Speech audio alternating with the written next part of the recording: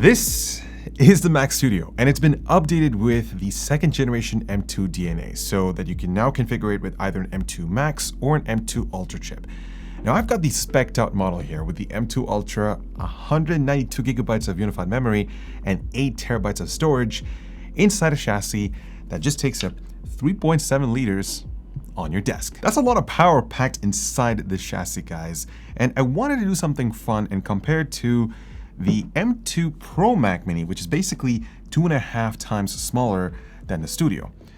Now look, these Macs don't necessarily fall into the same category. I mean, the price difference alone between these two custom specs is close to, wait for it, $7,000. Yep, the Mac Studio is the most expensive piece of technology that I've ever got my hands on.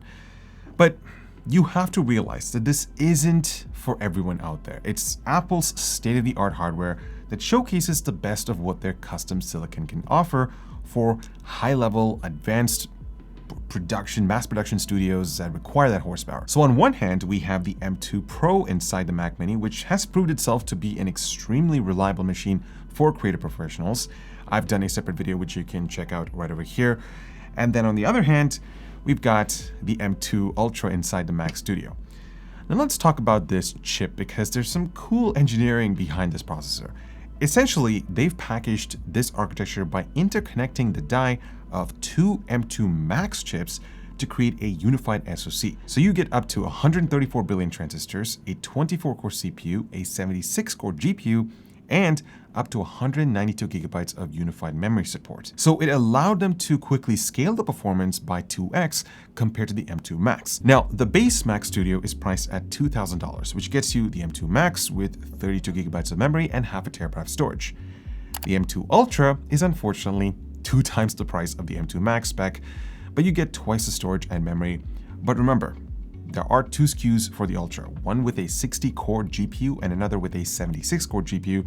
And what I don't understand is the price difference between those two variants. It's $1,000, guys, which honestly feels like a ripoff. I mean, who would pay $63 per core to get an extra 16 cores?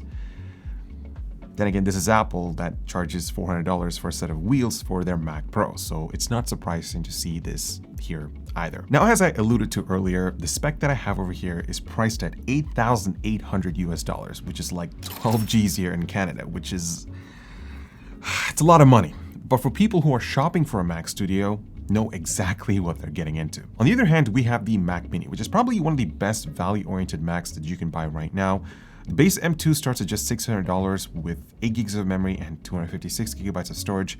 It's a great all-around machine for office productivity and some creative tasks.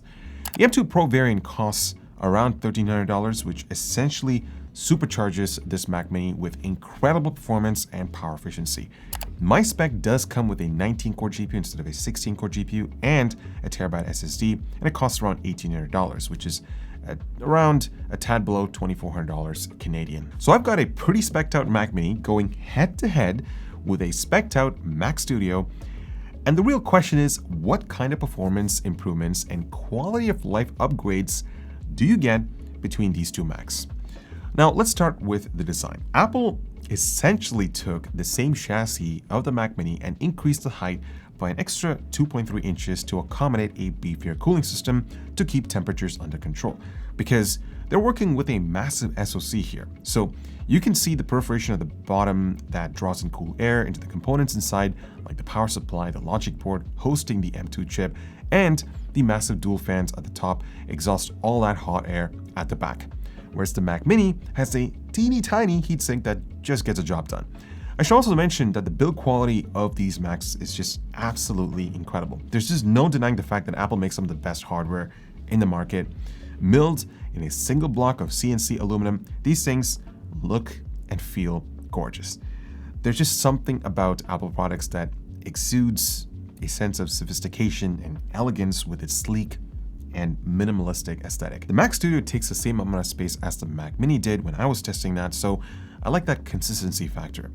The other thing I should mention is that with the Mac Studio, you get access to a few more ports, but it isn't that much more compared to the M2 Pro Mac Mini. So at the back, the layout is pretty much the same with 2 USB Type-A ports, audio out, HDMI that can drive up to 8K at 60 Hz or 4K at 240 Hz, 4 Thunderbolt 4 ports, and an RJ45 port. Keep in mind that the Mac Studio by default comes with a 10G port, but that can be added to the Mac Mini for an extra $100. Now, a thoughtful integration to the Mac Studio is the built-in SDXD card reader at the front and a few more Thunderbolt 4 ports.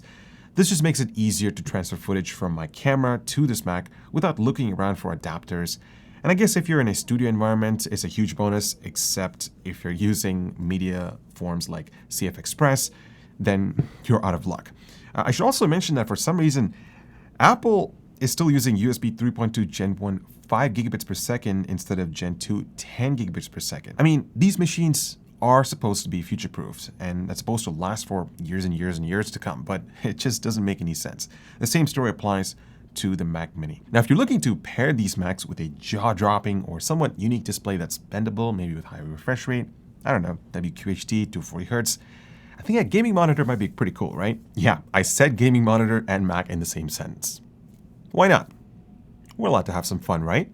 Be ready to be captivated by a fusion of vivid colors, deeper blacks, and a wicked fast 240 Hz refresh rate with Corsair's Xeneon Flex gaming monitor, featuring the world's first bendable OLED display in a stunning 45-inch WQHD ultra-wide aspect ratio. Immerse yourself in gaming and other productive tasks. You get all the extra goodies for ultimate speed and precision within a game, get quick access to a few USB ports at the front and plenty of other display connectivity options at the back, and all this tech is backed with their advanced burn-in protection and a 3-year warranty. If you're looking to flex your gaming setup, look no further than Corsair's Xeneon Flex. Learn more down below.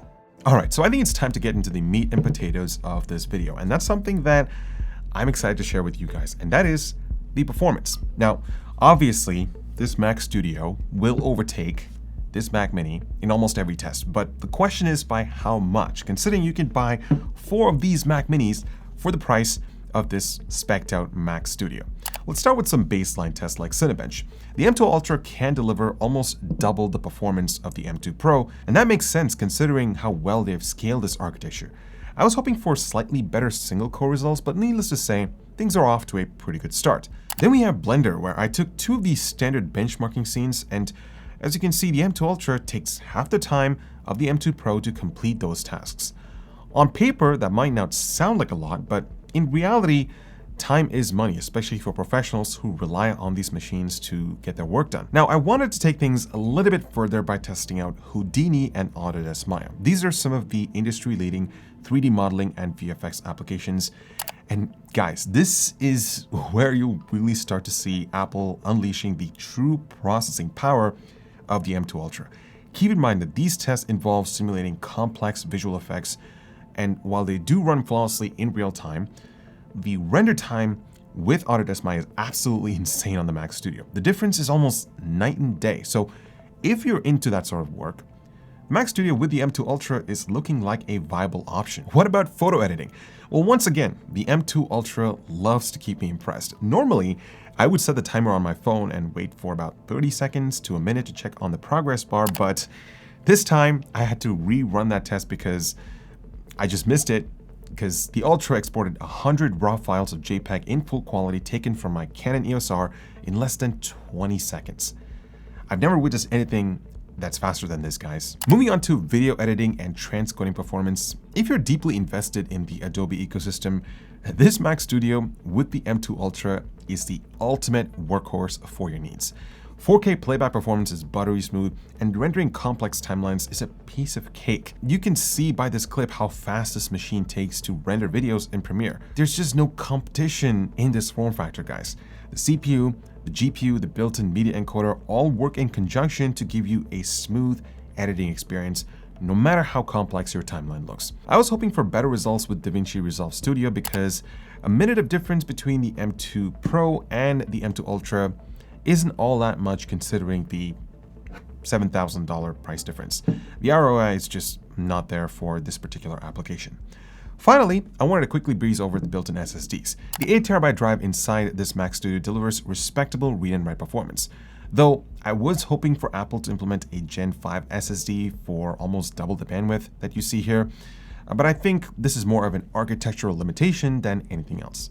Maybe we'll see that with M3 that brings that to the horizon. If you're wondering about fan noise, well, both these Macs are incredibly silent, even under longer and heavier workloads. I honestly didn't hear anything other than my 6 terabyte spinning hard drive sitting next right to it. And the surface temperatures are even impressive. It got barely warm to the touch. I was also curious to see what kind of power draw was on the M2 Ultra, and to my surprise, it takes about twice the amount of power as the M2 Pro at 100 watts under heavier workloads. Idle power consumption is the same on both these Macs, and that just goes to show the exceptional power efficiency of these chips. We've seen that on laptops, and the same story applies to their desktop lineup. So there you have it, guys. If you're wondering how much faster the M2 Ultra is compared to the M2 Pro, it's very dependent on the type of application you're into. Personally, I saw huge benefits in Adobe Lightroom, Premiere Pro, Autodesk Maya, and Houdini. Now, I'm sure coding applications will also see those improvements as well. You see, the Mac Studio is a unique product, one that combines the best performance and specs into a compact design. And remember, this thing is only 3.7 liters in volume, so there's just no competition to what this thing can offer.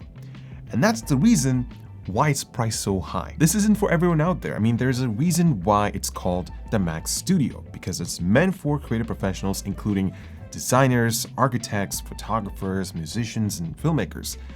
It's an investment, a tool that turns your imagination into reality. That being said, the M2 Mac Mini is also a fantastic option, guys. If you're trying to tap into the creative field, this thing, for the price and the size, is an instant bargain.